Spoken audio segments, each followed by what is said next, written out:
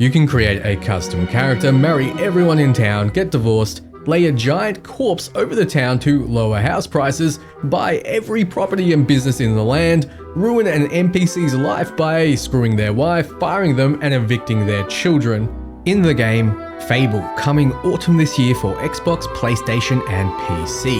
I'm incredibly excited because this game is going to let you really, truly live out a power fantasy in the way you want to live it out. There are a ton of systems in place that will give you the ability to become the hero you want to be, or even control and dominate everyone in the world. Mostly though, it'll give you the power to actually be able to afford real estate, which is the ultimate fantasy. In the end, the game is about your choices and their consequences, which will be reflected everywhere, from how the townspeople react to you. Now that's an hero right there. Imbecile. Hello there. Yeah, we get it. You're rich. To how the world changes and develops. The developers who previously worked on the Forza series said to have packed a game with moral dilemmas, action, drama, and British humour. You're a hero that can save or destroy the world. So let's run through everything we know, customizations, combat, the systems, and more. Before starting the game, you'll need to customize your hero. A feature a lot of people have been desperately hoping for after seeing the first reveal trailer. Good news, you can pick between different heads, skin tones, and add different clothes and scars. And most importantly, choose your gender, which means that everyone should be able to make a character they're happy with. But customization doesn't end there. It's Fable after all, so your character will grow more powerful in combat over time. Like the original titles, you fight with a combination of strength, skill, and will. Strength will likely govern your melee abilities, skill, your ranged abilities, and will, your spells. In combat, you can blend these all together, or you can specialize exactly how you want to play. We can see here that we have a duelist blade and knife combo, and while attacking, you're breaking the opponent's guard meter. Once broken, they're open to damage and finishes. If I had to guess, I'd say this weapon combo plays off your skill instead of strength, making it so those investing in this attribute still have options in melee. By holding the trigger and pressing the assigned face button, unclear what this will be on PC yet, you can cast a spell that turns enemies temporarily into chickens, seemingly making them extremely vulnerable as a single bow shot finishes one off, and the other can be harmlessly kicked away, which will get you chicken kicking reputation, but more on that later. Both above your spell slots and below your crosshairs is your ammo, which seems to regenerate over time and isn't a limited resource. While we're here, we can also appreciate the minimalist design of the UI with a health bar, what looks to be energy for abilities above it, and a minimap. Once the chicken spell wears off, that British charm shines through and the enemy is still not quite themselves, clucking like a chicken after turning back into their original form. Practically speaking, this means a longer duration of crowd controlling the enemy.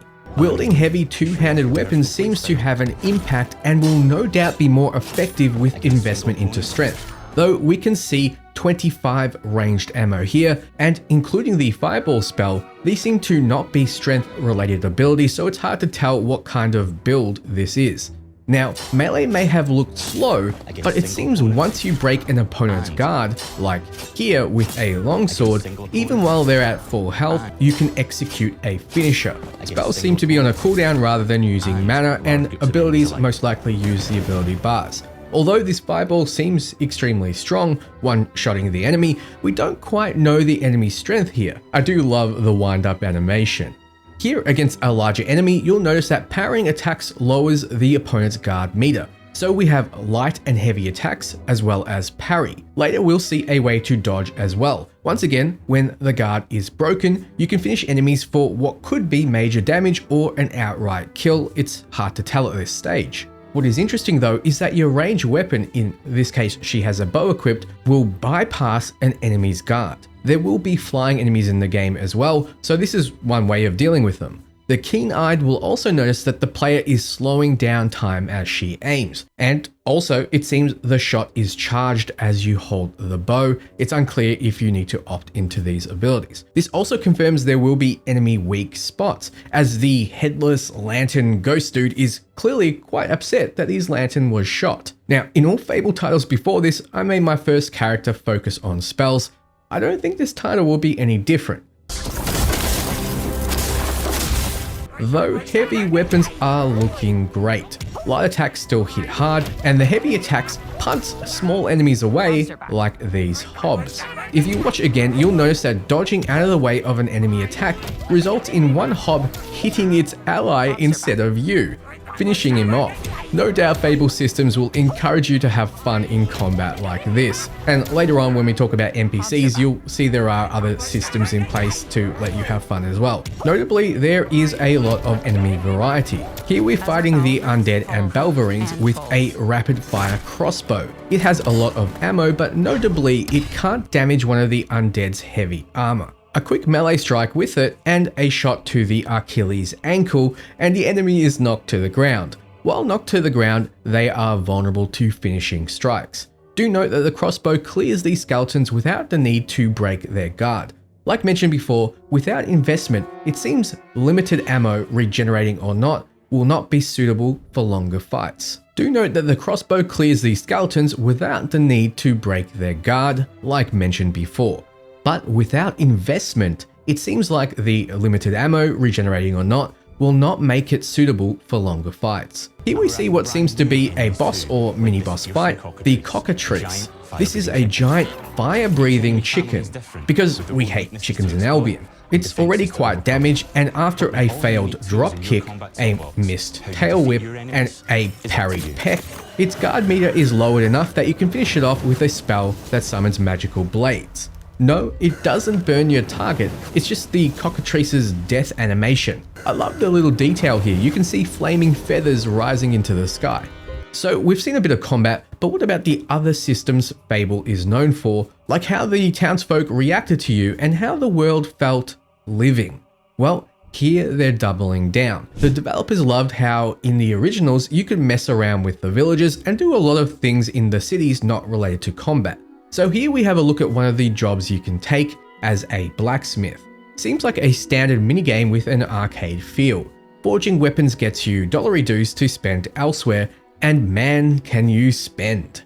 One way to spend might be on romance. Here we see Rosamund, the baker, who is a charitable commoner. So as a commoner, I don't think she'll be hard to impress.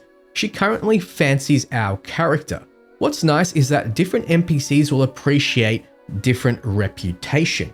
In this case, your character has a reputation around town for being generous and caring. She likes this. No doubt there'll be some NPCs that want more adventurous traits or even evil ones. You can choose to ask her on a date here, make love, move in with you, have a baby, or even get married. In this case, we choose to go on a date with her.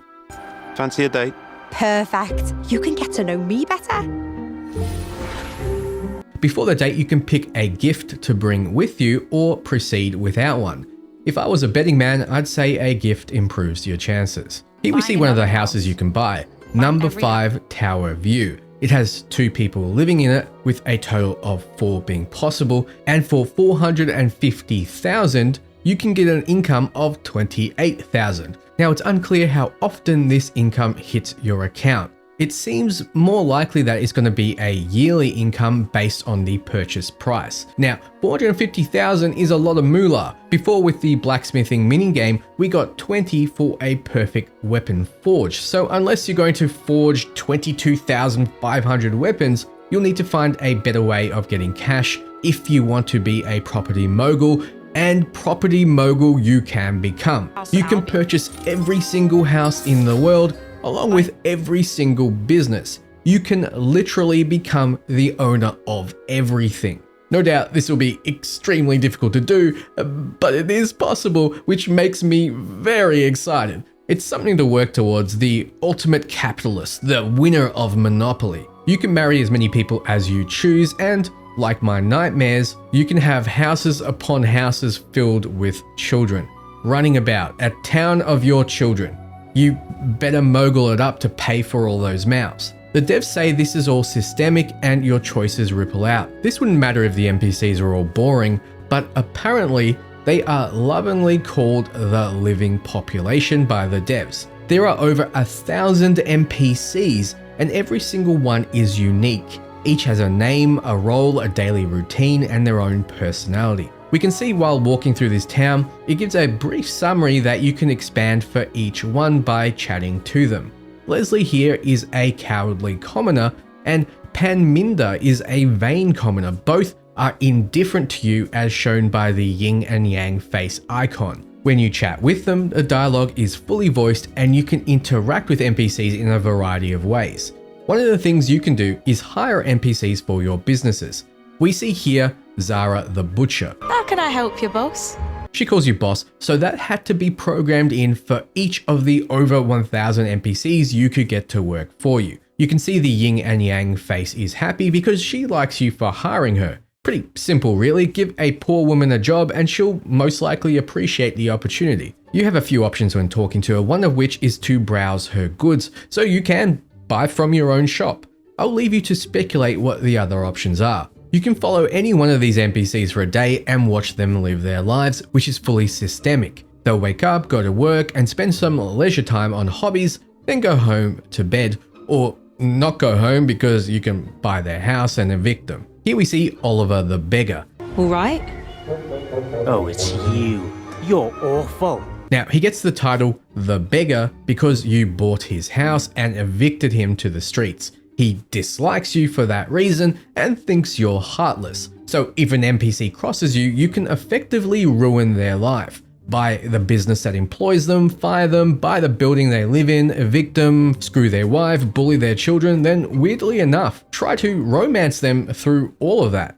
Your reputation will influence how others treat you. If you become a famous hero, people like Samuel here will call you a legend. You're a legend. Very impressive.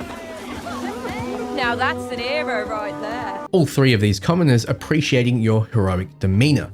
What a confidence boost. In the original Fables, the morality system had you developing in a very black and white fashion, good or evil. It's not black and white anymore. Instead, like you've seen, you'll get different reputation for different things. Here we see our hero constantly kicking chickens, which gives them the chicken chaser reputation.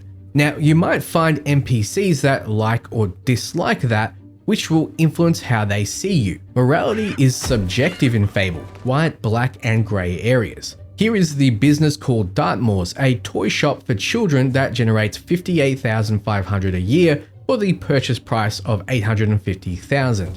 Everything you do earns a reputation, and in this case, you get 2 increases to your tycoon and 1 to your rich reputation for purchasing it. Naturally, people will have a different reaction to you as a result, like Esther the merchant here. Yeah, we get it. You're rich. She dislikes you because you're rich and a tycoon and thinks you're a rich twat. Maybe it's time to ruin her life. What's notable is that you can expand for more info than this, but we aren't shown that capability.